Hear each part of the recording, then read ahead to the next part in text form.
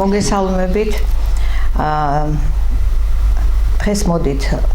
ვისაუბროთ ლადო გუდიაშვილის შემოქმედებაზე. ლადო გუდიაშვილის პიროვნება არის მართლაც რომ სოფლიო მასშტაბებზე გასული და არ შეიძლება ჩვენ მისთვის გვერდი აგვევო. 1896 წლის 30 მარტს არის იგი დაბადებული და მიუხედავად იმისა, რომ ასეთი დიდი პიროვნება იყო, ძალიან ბევრი ტრაგიკული ფურცელი ახლავს მის ცხოვრებას. ერთი ასეთი საღამო ახსენდებათ, როდესაც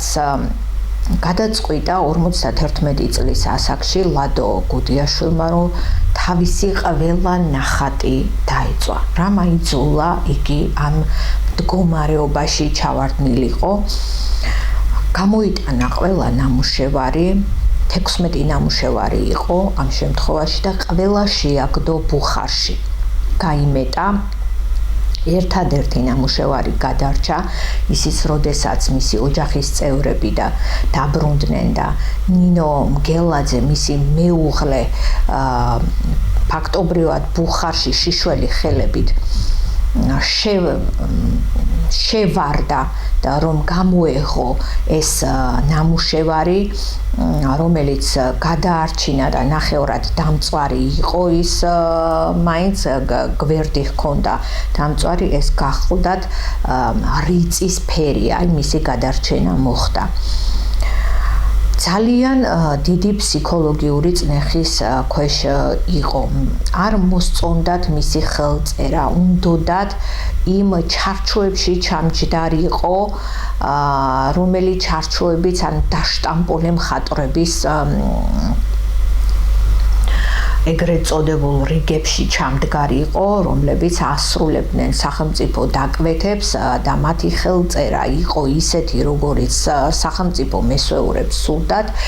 მაგრამ სრულიად განსხვავებული ხედვა ჰქონდა, სრულიად განსხვავებული ხელწერა ჰქონდა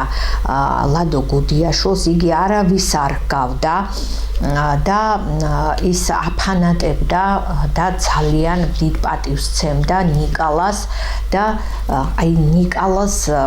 გავლენა იგრძნობოდა თავის ნახატებში.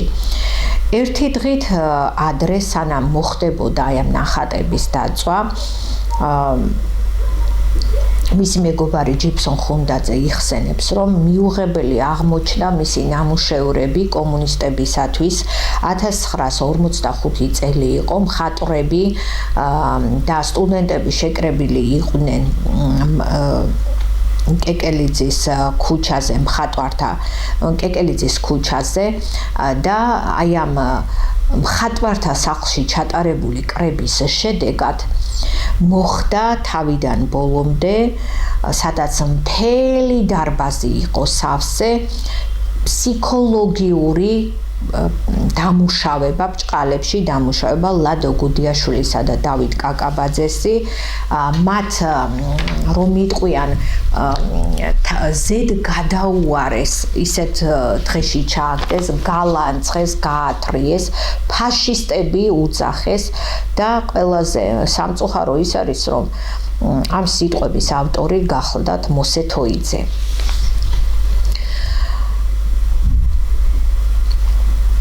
და რა თქმა უნდა, ამ ყველაფრის ფონზე დაემართა ლადოს გუდიაშვილს ის, რომ მან მოინდომა თავისი ნამუშევრების სრულიად განადგურება პროტესტის ნიშნად და აი ეს ერთი ნამუშევარი რიწისფერია მისმა მეუღლემ გადაარჩინა. 23 წლის ასაკში გაემგზავრა ჯერ კიდევ იგი საფრანგეთში, სადაც უნდოდა რომ თავისი სიტყვა ეთქვა და მართლაც მნიშვნელოვანი სიტყვა თქვა. 23 წლის ჭაბუკი ჩავიდა ბათუმიდან იტალიაში გემით და შემდგომ იქიდან გადავიდა უკვე საფრანგეთში ეს ის დრო არის, როდესაც ემიგრანტების 40%, უпростоრად ემიგრანტების 20% და 40% იქაური მაცხოვრებლებისა თავისი სიტყვის დამკვიდრებას და სახელის დამკვიდრებას ცდილობს ხელოვნების სფეროში და აი ლადო სწორედ ამ დროს ჩადის მონპარნასზე დაიქირავა მან ბინა პარიზში მისი აზიური ხელწერა მაშინვე შენიშნეს, ყურადღება მიაქციეს, ძალზე მოიწონეს, მუქფერებში ხატავდა იგი განსხვავებული, როგორც უკვე ვთქვი, ნიკალას, ანუ ფიროსმანის ფერებში ეს ხედვა, ეს ხელწერა ქონდა მას აღებული და დაინტერესდა მისით იგნასიო ზულვაგა, რომელიც ძალზე საინტერესო მოღვაწე იყო, მხატვარი იყო და მივიდა და იყიდა მისგან შეიძინა ერთი ნახატი, არ გამოართვა თანხა ლადო გუდიაშვილმა ჩუქება უნდოდა, მაგრამ არ დაანება არაფრით მან და მაინც გადაიხადა თანხა, შეაქო მოეწონა და შემდგომ, როდესაც გამოაცილა სტუმარი, აღმოაჩინა, რომ მას ქუდი შეცვლოდა და ლადო ასათიანის, უკაცრავად ლადო გუდიაშვილის ქუდი ეფარა თავზე. გამოედევნა, გააჩერა და უთხრა, რომ ქუდები შეეცვალათ, მან კი ასეთი სიტყვები უთხრა: მაესტრო, ჩვენ შეგვაკავშირა ბედმა და ის რაც თქვენ ბედმა მოგცათ, ხელი არასოდეს გაუშვათ და კარგად ჩაიჭიდეთო და მისი სიტყვები მართლა ცხოვრების კრედოთ ექცა ლადო გუდიაშვილს და სხვათა შორის აი ეს ეპიზოდი ფილმში არაჩვეულებრივ გამოფენაში ძალიან კარგად არის ნაჩვენები. სწორედ ეს არის პიკასოს ბიჭი, ეს როდესაც დოდო აბაშიძე ასრულებს, როდესაც ეს ხიდზე გადადის და ბიჭი მას თავიდან ქუდს მოსტაცებს და წყალში გადახტება ფრაზით ამბრედუზო მედუზო და ესაა ბიჭო პიკასოს, ესაა პიკასოს ბიჭი, ამას ამბობდა პიკასო, ეს იუმორით შეჯერებული. აი სწორედ ეს ეპიზოდია, ასე ვთქვათ, გამოყენებული, გალამაზებული, გაშარჟებული და ლამაზად დანახული, გადმოცემული რეჟისორის მიერ. ახლა გავაგრძელოთ საუბარი ლადო გუდიაშვილზე. ლადო გუდიაშვილს საკმაოდ კარგი მეგობრობა ჩამოუყალიბდა თვითონ პიკასოსთან, მოდილიანთან. ეს არ იყო იოლი, მინდა გითხრათ, იმიტომ რომ ისინი უკვე ძალიან მნიშვნელოვანი მოღვაწეები იყვნენ და მხატვრები საზოგადოებისთვის და აი მონმარტსა და კაფე როტონდაში ხშირად იკრიბებოდნენ, აქ იყო ლადოც, აქ გაიცნო პიკასოსთან და მოდილიანთან ერთად ჩარლი ჩაპლინიც, ფუჟიტა და იხსენებს ერთ დღეს, როდესაც შეკრებილები იყვნენ მაიაკოვსკი, ფუჟიტა, თვითონ პიკასო, მოდილიანი და შემოვიდა კაფეში ულამაზესი პოლონელი ქალბატონი. მოდილიანმა მისი დახატვა მოინდომა და ქალს მისი ნამუშევარი არ მოეწონა და არ გამოართვა მადლიერების ნიშნად. ძალზე განიცადა ეს მოდილიანმა, მაგრამ ლადო გუდიაშვილმა დაამშვიდა და უთხრა, ვისაც ხელოვნება ესმის და ხელოვნების ფასი იცი, მას აჩუქე ეს ნახატი და ეს მე გახლავარო და მართლაც მოდილიანმა აჩუქა პოლონელი ქალაქის, პოლონელი ქალბატონის უცებ შესრულებული პორტრეტი და შემდგომ ინახებოდა ლადო გუდიაშვილთან ეს. 7 წელი ცხოვრობდა და მოღვაწეობდა საფრანგეთში და მნიშვნელოვანი მოღვაწედ ჩამოყალიბდა. ტისენის მუზეუმმა შეიძინა მისი ნამუშევრები, გამოფენაც მოეწყო, ეს მადრიდში იყო ეს ტისენის მუზეუმი და კრიტიკოსი ფრანგი კრიტიკოსი რენიალი ამბობდა მასზე, რომ ჩვენ მოჯადოებული ვართ გუდიაშვილის ფერებით, გრაფიტით, მისი ქართული ხედვით, მიუხედავად ჩვენი ტრადიციების მიმდევრობისა, სხვადასხვაობისა, ჩვენ შევიყვარეთ გუდიაშვილის საქართველო და ეს მისი ხიბლის წყალობაო. იქ რომ დარჩენილიყო, იგი თავის ძალიან ძლიერ სიტყვას იტყოდა და მართლაც მიაღწევდა ბევრ რამეს, მაგრამ იგი ჩამოვიდა საქართველოში და პიკასოს ნამდვილად არ ჩამოუვარდებოდა არაფრით და პიკასოსაც კი გადაასწრებდა და ეს არ არის უბრალო სიტყვები, ამას ნამდვილად ყველა აღიარებდა და პიკასო მას მისი პორტრეტი დახატა კიდეც და სულიერ ძმას უწოდებდა ლადო გუდიაშვილს. თავის დროზე მისი ძმა ვახტანგი ხატავდა ძალიან კარგად. ერთ დღესაც ნახატის შესრულებისას ლადო პატარა იყო მაშინ და მისი ნახატის კიდეზე პუშკინის პორტრეტი მიახატა. ამან ძალიან დიდი გაბრაზება გამოიწვია მშობლებისა, ვახტანგის მშობლებისა, რადგან გაუფუჭა ნახატი პატარა ლადომ და იქვე მხატვარი ცხოვრობდა მათ მეზობლად გერმანელი მხატვარი ზომერი ცხოვრობდა და ვახტანგის ნახატები მიუტანეს მას შესაფასებლად. როდესაც შეხედა და დაათვალიერა, ნახატები გვერდზე გადადო და პუშკინს დააკვირდა და თქვა ეს ვინ დახატაო. და საერთოდ არც ფიქრობდნენ მაშინ რომ ლადო მხატვარი შეიძლება გამოსულიყო, მთელი იმედები რომ დიდი მხატვარი უნდა გამოსულიყო ჰქონდათ მასე ვახტანგზე დამყარებული და აი სწორედ ამ გერმანელმა მხატვარმა ზომერმა გადასცა მათ ესეთი ამბავი, უთხრა თავისი ხედვა, ჩამოაყალიბა და უთხრა რომ ამას თავი დაანებეთ, ვახტანგს გულისხმობდა და აი ამ პატარა ბავშვს მიხედეთ, მისგან გამოვა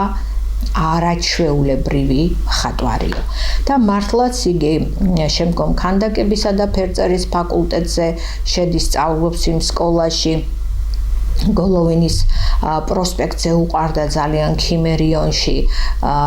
მისულა თავისებური ჩაცმულობა ჰქონდა, ძალიან პეწიანი, ლამაზი,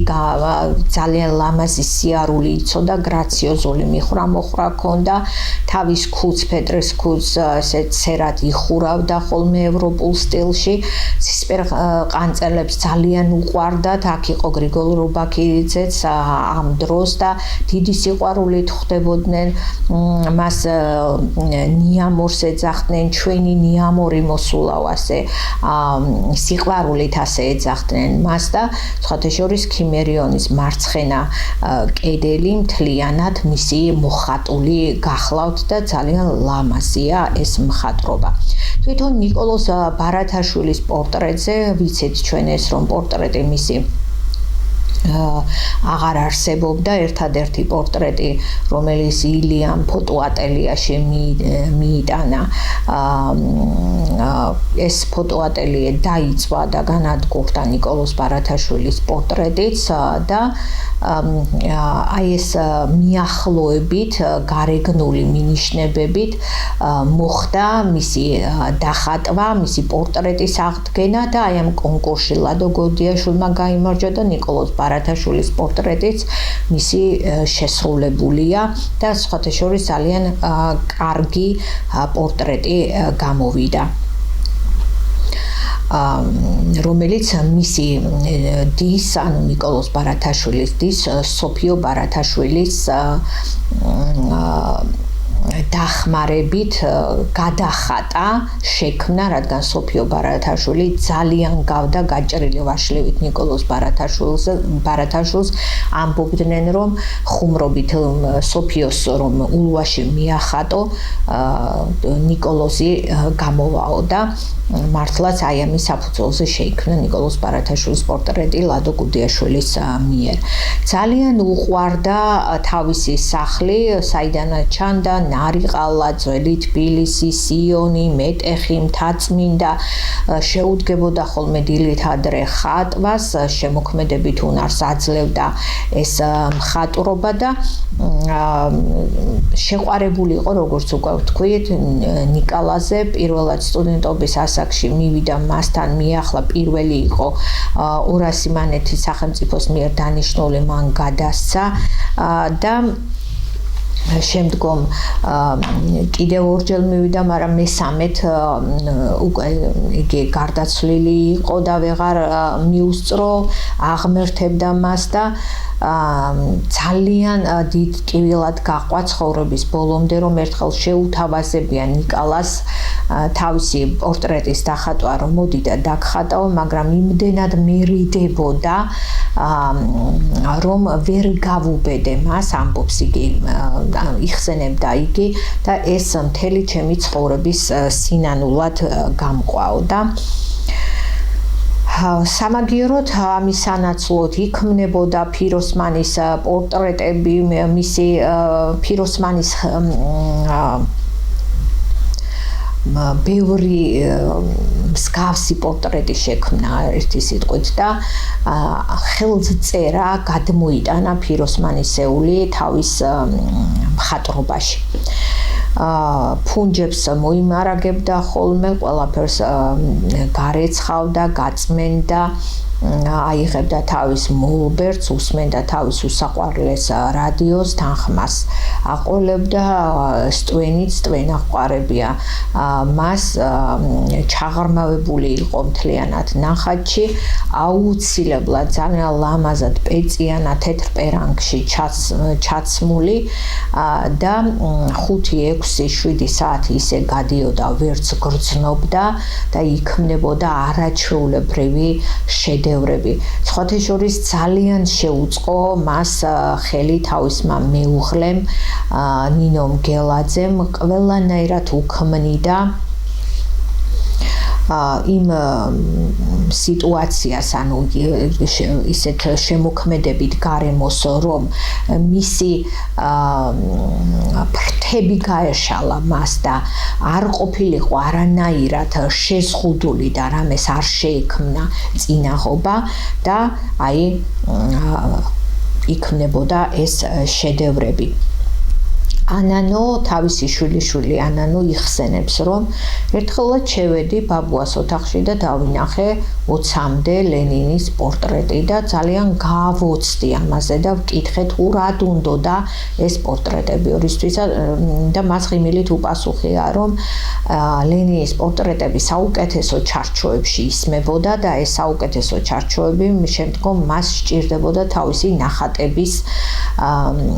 ჩასასმელად და მეგობრობდა ელენე ახვლედიანთან, მეგობრობდა დავით კააკაბაძესთან, ალექსანდრე მელიქოვთან, ისინი იკრიბებოდნენ ერთად, გიტარას უკრავდა საუცხოდ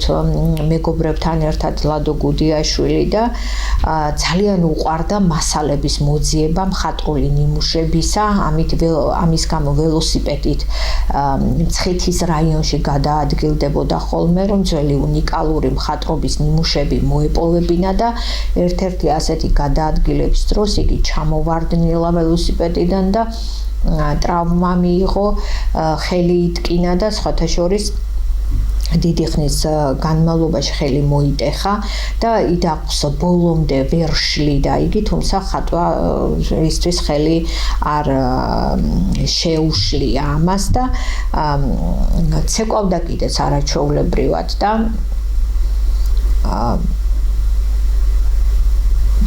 ეს ნაჩვენებია კიდეც მისი აი ეს ულამაზესი ცეკვა ქართულ ფილმში, სადაც ოთარ მეღვინე-თუხუცესი და მედია ჯაფარიძე თამაშობენ ძალიან ძლიერი და მართლა ჩვენი სათაყვანებელი მსახიობები და აქ არის აი ეს მზე შემოდგომისა გახლავთ ეს ფილმი, სადაც აი მართლაც საუცხოო ცეკვა არის ლადო გუდიაშვილსა, გახლავთ ელენე ახვლედიანიც, როდესაც სუფრა იშლება მხატვრის ოჯახში, რომელსაც ოთარ მეღვინე-თუხუცესი ასრულებს, რომელსაც ასევე მეუღლე უწყობს ყველანაირად ხელს, რომ თავისი შემოქმედებითი პოტენციალი გაშალოს. ამ შემთხვევაში მედია ჯაფარიძე ასრულებს ამ როლს საუკეთესოდ და აი ეს საუკეთესო ცეკვა მისი გაუთავისებია, რომელიც ასევე ძალიან კარგად გამოიყენა ქეთო და კოტეში ტაბლიაშვილის ფილმში კინტაურის ცეკვას გულისხმობ. კინტაური აცეკვა შალვა მას რა ქვია შავგულიძეს, გიორგი შავგულიძეს უბრალოდ და გიორგი შავგულიძე არაჩვეულებრივად სწორედ ისე ასრულებდა აი ამ კინტაურს, როგორც ასწავლა ლადო გუდიაშვილმა და სხვათა შორის მისი იუბილე როდესაც იყო, იქაც შეასრულა ეს კინტაური მის პატივსაცემად ესე პირში მიხაკით, წითელი მიხაკით და ლექსიც მიუძღვრა მას და ეს საარქივო მასალებში, რომელიც ტელევიზიაში არის მონახული ეს კადრები, იყო ყოველ შემთხვევაში და იმედი მაქვს, რომ დღესაც არის ძალიან ლამაზი სანახავი იყო მართლაც.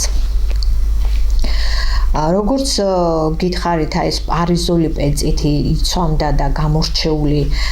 ჩაცმულობა ჰქონდა მას და ძალიან ლამაზი, გრაციოზული მიხვრა-მოხრა, როგორც უკვე აღვნიშნე და ძალიან იყო შეყვარებული ბავშვებზე. უზომოდ უყვარდა ბავშვები, მათ უხატავდა ზღაპრებს, ზღაპრების პერსონაჟებს, გადმოსცემდა თითოეული პერსონაჟის ცხოვრებას, სულ სხვა სამყაროს აცოცხლებდა და ბავშვებთან თვითონაც ბავშვი ხდებოდაო და იხსენებდნენ და ისეთი სითბო და სიყვარული იღვრებოდა მისი თვალებიდან, რომ ბავშვებიც უზომოდ იყვნენ ბიძია ლადოზე შეყვარებული და ერთ ბავშვს, რომელსაც ძალიან სდომებია ველოსიპედი და ოჯახს არ ჰქონდა ამის საშუალება, თავისი ჰონორარით, რომელიც ხატვიდან აიღო, ანუ გადანახული თანხით, უყიდა მას ველოსიპედი და ისეთი ორიგინალურად ზემოდან, ესე იგი, ზემო სართულიდან იქ იმ სართულზე, სადაც ეს ბავშვი ცხოვრობდა, ზემოდან ჩამოუშვა და ბავშვის სიხარულს არ ჰქონდა საზღვარი, ისეთი ბედნიერება მიანიჭა მან. აი რაღაც იმპროვიზირებული დადგმები ჰქონდა, აი რაღაც ინოვაციურ, რაღაც ახლებური, რითაც შეჰქონდა ახალი სიო, ყველა სიხარულს ანიჭებდა. 1921 წელს, როცა გასაბჭოება მოხდა საქართველოსი და აი სწორედ მაშინ შლიდა ფრთებს და თავის სიტყვას ამბობდა იგი საფრანგეთში, შეპირდნენ, რომ ყველანაირ პირობას შეუქმნიდნენ, ოღონდ ჩამოსულიყო და მოღვაწეობა საქართველოში გაეგრძელებინა, ჩამოვიდა, დათანხმდა, მაგრამ არც ერთი პირობა მას არ შეუსრულეს, ოროთახიანი ბინა მისცეს, მხოლოდ ეს ოროთახიანი ბინაში ჟანა პალეტი პოეტესა ფრანგი ქალბატონი, რომელიც მეუღლე იყო, მისი პირველი მეუღლე, ჩამოჰყვა 8 თვე გასწლა მხოლოდ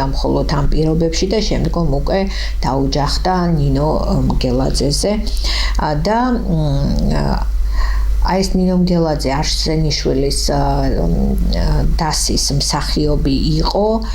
და 30-იან წლებში, როდესაც მხატვრობა უკრძალეს უკვე ლადო გუდიაშვილს, მან ბატიკა ასწავლა თავის მეუღლეს და აი საარსებო წყარო სწორედ მათი ოჯახისა ისეთი რთული წლები გაიარეს, აი ეს ბატიკით შემოსული შემოსავალი იყო და ამით გაჰქონდათ თავი. ეს ვინმეს რომ დაენახა რა ნახატებს ხატავდა, მას აუცილებლად დახვრეტდნენ. ეს ნახატები იყო პროტესტის ნიშნად მაიმუნები, კომუნისტებს მაიმუნების სახით ხატავდა, ასევე ხატავდა წითელ ცხენს, რომელიც ბავშვს წიხლს უტყავდა. ეს წითელი ცხენი იყო სწორედ ეს კომუნისტების სიმბოლო და ამ ყველაფერს საგულდაგულოდ მალავდა მისი მეუღლე ნინო. მისი დახატული ქალები აბსოლუტურად ყველას მოსწონდა და სიზმრებს გადმოჰქონდა თავისი ულამაზესი სიზმრები ფურცლებად, ნახატებად და იქმნებოდა ნახატები და 1957 წელს საბოლოოდ დადგინდა, რომ უნდა გამართულიყო მისი პერსონალური გამოფენა. 31 წელი ელოდა ამ დღეს, წარმოიდგინეთ, ასეთი მნიშვნელობის მხატვარი და 31 წელი ალოდინეს და ამზადებდნენ მის ნახატებს ოთარ სულავა, ლადო ჭანტურიძე, ლაქსუსავდნენ ნახატებს და ამ დროს ისეთი გრანდიოზული შემართებით შემოვიდა უჩა ჯაფარიძე და მიახალ პირდაპირ რომ ხვალ იცი რა შენი გამოფენა არ იქნება, ახლა მოვდივარ ცეკადან და კვლავ აიკრძალა, ლადო ჩაიკეცა ამ სიტყვებზე, მოვკიდეთ ხელი, გავიყვანეთ, ისეთი ცუდად გახდა და საგამოფენო დარბაზის კარი ღია დავტოვეთო და იხსენებს მარლენ კიტაია, რომ მას პროტეზიანი ფეხი ჰქონდა და ეს პროტეზიანი ფეხი ჩადგა, ასე ვთქვათ, კარში და დაკეტვის საშუალება არ მისცა, რა ქვია, დარაჯს და გაიხსნა, ესა ხალხი შევარდა თვითონვე ძალით თვითნებურად ამ გამოფენაზე და გამოფენა მაინც ჩატარდა და აი ეს თვითნებურად ჩატარებული გამოფენა, რომელიც ისევ აკრძალული შეიქმნა ცეკას მიერ შემდგომ 9 წლის შემდეგ 1972 წელს აი ამ პერსონალური გამოფენისთვის მას სახალხო მხატვრის წოდება მიანიჭეს და სოციალისტური შრომის გმირობა მისცეს. არაჩვეულებრივად ხატავდა კოლმეურნე ჩაის მკრეფავ ქალებს, აი ეს ხელწერა, ანუ კომუნისტური ისა არ გადმოიტანა მაინც, მას თავისი ხედვა ჰქონდა ამ კოლმეურნე ქალების ხატვის დროსაც კი და თავისი სტილი და გემოვნება არ დაუკარგავს არც ერთი წუთით. ანანო იხსენებს ხოლმე, რომ თავისი ბაბუის ჯილდოთი შედიოდა ხოლმე კინო რუსთაველში, როდესაც ძალიან დიდი რიგები იყო და ფაქტობრივად ბილეთები აღარ იშოვებოდა და შესვლა არ შეიძლებოდა და იყენებდა ხოლმე ბაბუას ორდენს და ბაბუას სახელს ბავშვურად იმისთვის, რომ ეშმაკურად რომ იგი შეეშვათ და ყოველთვის ჭრიდა ხოლმე და აი 1945 წელს მას ქაშუეთის მოხატვა სთხოვა საგულდაგულოდ კალისტრატე ცინცაძემ, ანუ პირადად მას მიანდო და ეს აიღო თავის თავზე ძალიან დიდი გულმოდგინებით იმუშავა, ძალიან 3 წლის განმავლობაში მუშაობდა ღვთისმშობლის სურათზე, პორტრეტზე, ფრესკაზე და მხოლოდ აღმოსავლეთ კედლის ფრესკის მოხატვა დასწავდა მას, მოასწრო, ესკიზი მთელი ეკლესიისა ჰქონდა შექმნილი, რომ მოეხატა, მაგრამ რა თქმა უნდა არ დაამთავრებინეს კომუნისტებმა და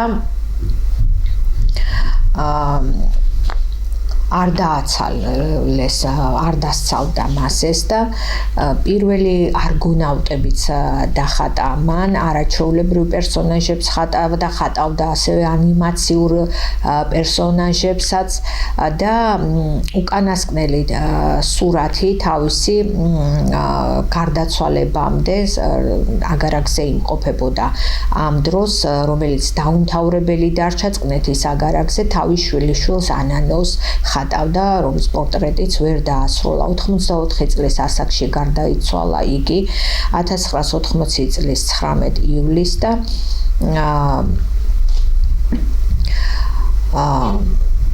თაყაიშვილის ექსპედიციაშიც იმყოფებოდა და თაყაიშვილთან მეგობრობდა და არაჩვეულებრივი მასალები ჩამოიტანა, გამოიკვლია, რომელიც შემდგომ გამოიყენა თავის მხატვრულ შემოქმედებაში, მონუმენტურ დეკორატიულ ქმნილებებს შემოქმედებით ხედვას ასწავლიდა მონუმენტური შემოქმედებითი დეკორატიული მხატვრობის თეატრის ისტორიაში აი ამ სტუდენტებს კინოსტუდიაშიც მუშაობდა, კინოს მხატვარიც იყო, თეატრის მხატვარიც იყო თავის დროზე, დაარსა ქართველ ხელოვანთა საზოგადოება და ამ ხელოვანთა სკოლამ მნიშვნელოვანი წარმატება მოიპოვა შემდგომში და ძალიან საინტერესო ხედვის მქონე მხატვრები ჩამოყალიბდნენ და აი გარდაიცვალა 1980 წელს 19 ივლისს, როგორც უკვე გითხარით, მაგრამ მისი შემოქმედება დღემდე ცოცხლობს და ცხოველმყოფელი შუქით ანათებს და დღესაც გვითბობს გულებს. თელს საქართველოს მოსახლეობას და არა მარტო საქართველოს მოსახლეობას, არამედ იგი საზღვრებს გარეთაც არის უკვე თავისი სახელით დამკვიდრებული და ძალზე საყვარელი და განურჩევლად ყველასთვის უმნიშვნელოვანესი საზოგადო მოღვაწე, გულმხურვალე, პატრიოტი და მოსიყვარულე თავისი ერისა, ქვეყნისა და ხალხისა. დიდი მადლობა, გემშვიდობებით მომავალ შეხვედრამდე.